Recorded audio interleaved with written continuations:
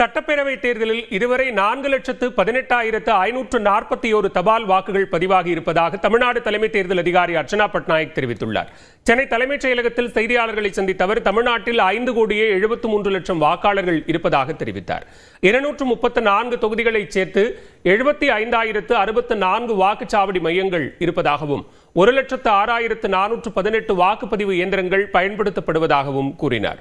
83,875 காவலர்கள் பாதுகாப்பு பணியில் ஈடுபடுவதாகவும் 300 கம்பெனி சிஆர்பிஎஃப் வீரர்கள் பணியில் ஈடுபடுத்தப்பட்டிருப்பதாகவும் தெரிவித்தார்.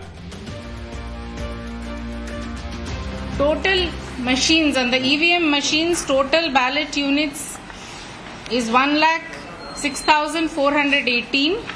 Control units 75,064. VVPAT 75,064. மொத்தமா 3,025 லொகேஷன்ஸ்ல 5,949.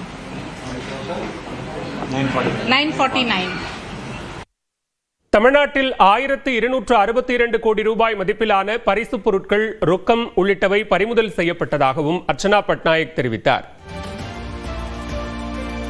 Total rupees 1,262 crore approximately.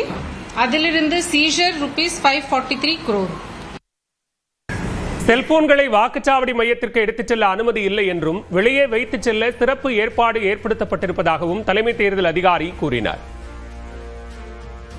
Mobile பூத்துக்குள்ள கூட்டிட்டு போக முடியாது.